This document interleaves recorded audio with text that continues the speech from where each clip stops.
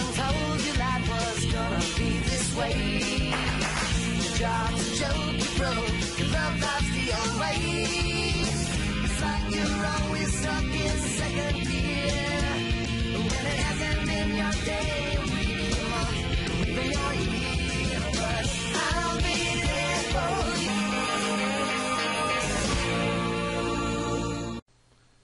Orale way! Welcome back to the Mexican Revolution, and today we're talking about Calles' next challenger, the man that finishes the job, Las Cardenas, Lázaro Cardenas, and Cardenismo, an amazing man who really gets the spirit of that 1917 Constitution and brings it into Mexico. But let's learn about what we talked about last time real quick. So, last time we talked about the finale to our chapter with Obregón. Obregón, basically, in that 1920s election, tried to run again as president. He was eventually, though, unfortunately, shot in the face after he turned a three-way election into a one-man show by eliminating, literally killing the opposition, one of his old generals and another guy who he killed out of cold blood. So, everybody was looking at Calles once he was assassinated. He was killed by one of those cristeros from that Cristero rebellion. Everybody thought that Calles was truly the man behind this, but he brilliantly evaded the connection by stepping aside and saying, I'm not going to be your president, I've already been president.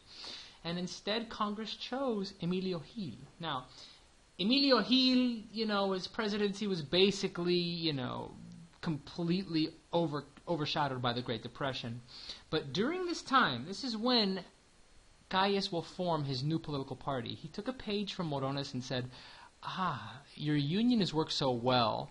What if I had a band of people that would do all of my bidding? I'll create a political party called the PNR, the National Revolutionary Party. And basically he will handpick the next two presidents. This is Calles I'm talking about. So the next president who he handpicked, put forward by the PNR, was Ortiz Rubio, who was basically like the clear case of a frontman basically for Calles. This is the point where we begin to call Calles El Jefe Máximo. Calles had so much control over Rubio's presidency that his own cabinet would directly go to Calles instead of reporting to the president of the country.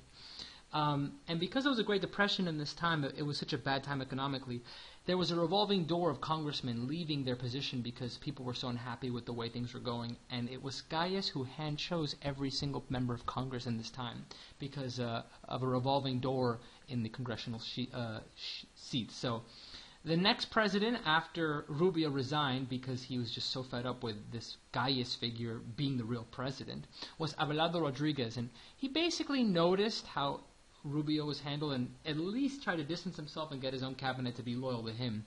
And he did a bit of good. He established minimum wage. He created some departments that would help out in the future. Basically, his agricultural department distributed more land in the 6 months that he actually created it than in the entire previous decade combined. Now that's pretty good, Mr. Rodriguez. So let's continue on. Calles was really impressed by Franklin Delano Roosevelt.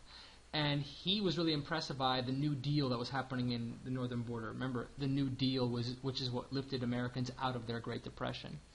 But he would be challenged by a man named Lazaro Cardenas, a general. Let me pause so you can copy this slide down. All right.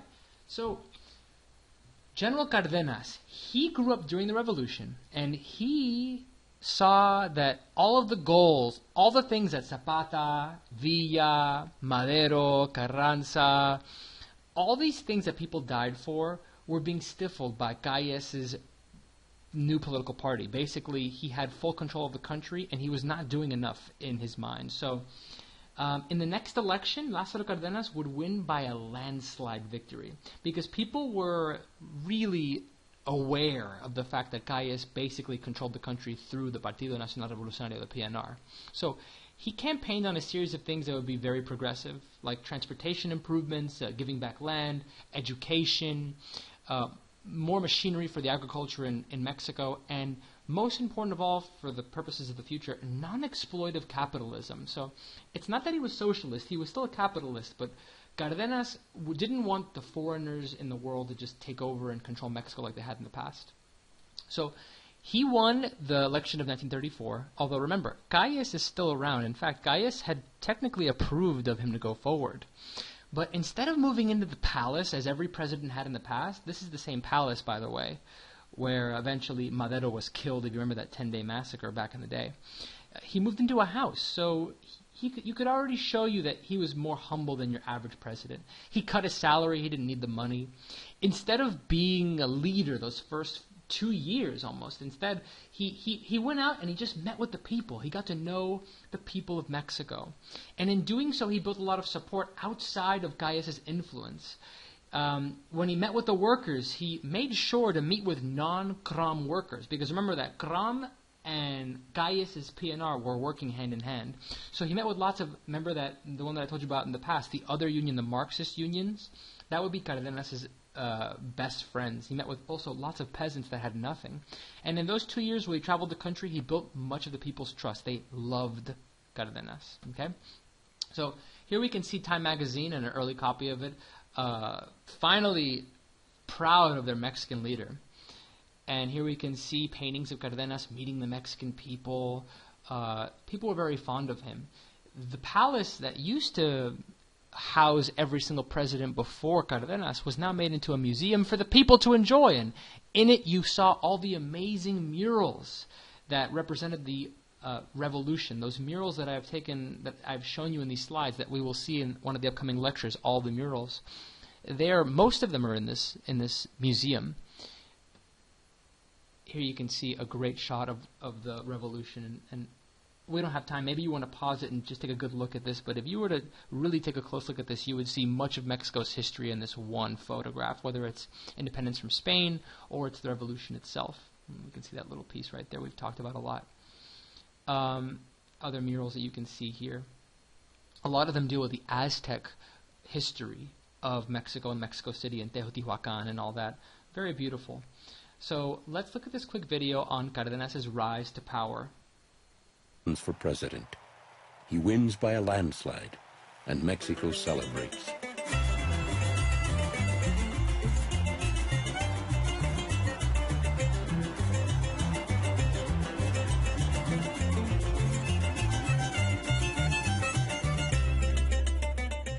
Cardenas stitches together an alliance of key military leaders, key civil leaders, and begins to make himself independent of the Jefe Máximo. Himself of humble Indian stock, Cardenas was determined when he took office in late 1934 to give the people of Mexico a new and better deal.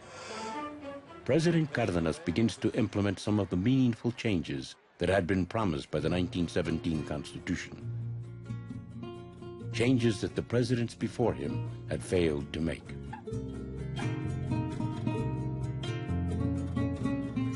So Calles is getting phone calls. What the hell is going on? This guy really thinks he's president. He really believes that he can do all these things that you said he wouldn't do. So businessmen are calling him because workers are striking. Landowners are calling him about peasants taking over land that was theirs. People are demanding higher wages. So the Jefe Máximo says, okay, I'll go and show him his boss. He starts making phone calls to his ex-generals, his businessmen friends, putting together the possibility of removing Cardenas from office, as the Jefe Máximo had done in the past 3 times. But this time, it's the new president who turns the tables on Calles. He was really loved, Cardenas. All right, let's pause so you can copy this down. Right, so just so you can see who these people are, right here, this is Calles and this is Cardenas, all right? So just keep in mind, people that supported Calles tended to be older congressmen who had been in power for that 8 to 10 years in which he had all those puppet presidents in there, the older congressmen, whereas Cardenistas, people that supported Cardenas, were younger, more progressive, more radical members of Congress. And in this period of time when he had just become president, there was a bit of economic strife, and labor and management were really having a tough time. Now, Calles, who controls the PNR, sided with management, as he always had with Crom also. He didn't side with the workers. He sided with the people that were paying the workers. Cardenas interpreted this as basically opposing everything as president he stood for. So he immediately took this action and reacted. He purged all of the political party of Callistas. He went to the United States and he got support from FDR. He basically told all non-Crom labor unions that they must band together if they want to survive and defeat Calles. He then had all military leaders and politicians pledge their loyalty to him, and if they didn't, he had them step down. And instead of having, bureaucrats, people that had been in charge forever that didn't understand what they were doing necessarily in charge of finance and agriculture, he finally put experts in charge, which really changed in the long run Mexico's history. Now, Cardenas was of the position that a strike makes the economy stronger, and that, they either got to choose between the strikers and him or Calles and management. And because, remember, those 2 years he had spent getting to know the common man, getting to know the common laborer, the peasant, the public overwhelmingly supported him. They followed him and they listened to him. So, Calles and Morones both left Los Angeles for good. They knew that they were risking their life by staying in Mexico, as you could see by every single leader before him that has passed away when they didn't generally get support from the current president. So they spared their lives and left the country. And that's how the Calles chapter ends. So here we can see the Partido Cardenista, the political party of Cardenas versus the PNR. And that's what this was like. And eventually Calles will be exiled to Los Angeles, California. So the tables have turned on Calles, the man who controlled much of Mexico for over a decade with his, not a decade, a series of years, 6 to 8 years, with his puppet presidents. Let's look at this video. What is going on? This guy really thinks he's president. He really believes that he can do all these things that you said he wouldn't do. So businessmen are calling him because workers are striking. Landowners are calling him about peasants taking over land that was theirs. People are demanding higher wages. So the Jefe Máximo says, okay, I'll go and show him his boss. He starts making phone calls to his ex-generals, his businessmen friends, putting together the possibility of removing Cardenas from office, as the Jefe Máximo had done in the past 3 times. But this time, it's the new president who turns the tables on Calles. He's in bed, and a military officer walks into his bedroom, and he says, "You are under arrest and you are to come with me."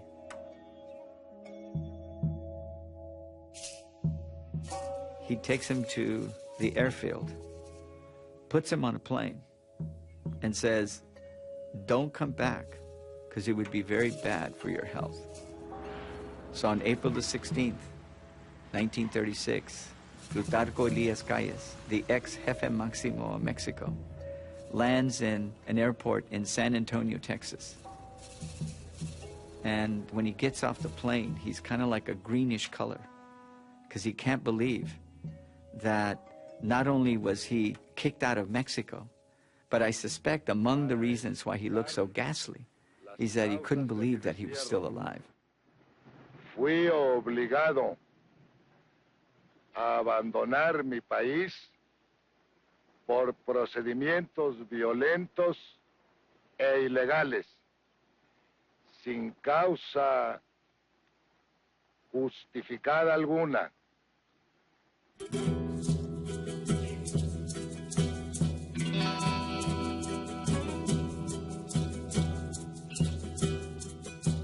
Cardenas aggressively pursues agrarian reform. He structures the process so that both the peasantry and the country as a whole will prosper. 50 million acres of land are returned to the peasants. Labor reforms are initiated that improve conditions in the mines and factories and give the workers power they never had. Yep, so it's all about that Cardenismo now. With Calles out of Mexico, Cardenas could lead Mexico and have a brand new support base, pretty much everyone. And he'd be remembered very fondly for achieving the rest of what the 1917 Constitution had called for.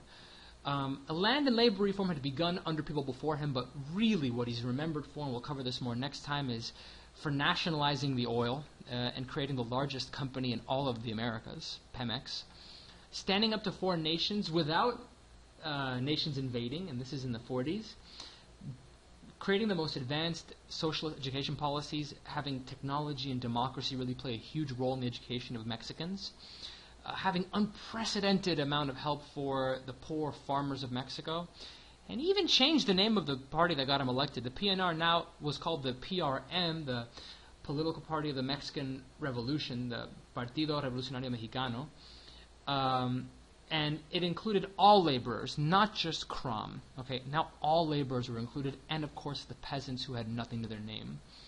This party, which eventually would be called the PRI, would remain in power until the year 2000. So until your lifetime did they remain in power. Pretty crazy if you think about it. For the next 60 years, the PRI would be in power. And it's all because of Cardenas. Here we can see Cardenas with the people one more time. Here he is creating Pemex. Right here you can see Pemex. We'll talk a lot about that next class. Very popular with the people, this Cardenas. Hopefully you enjoyed today's lecture. We're going to cover more in depth about Cardenismo next class. I'll see you later.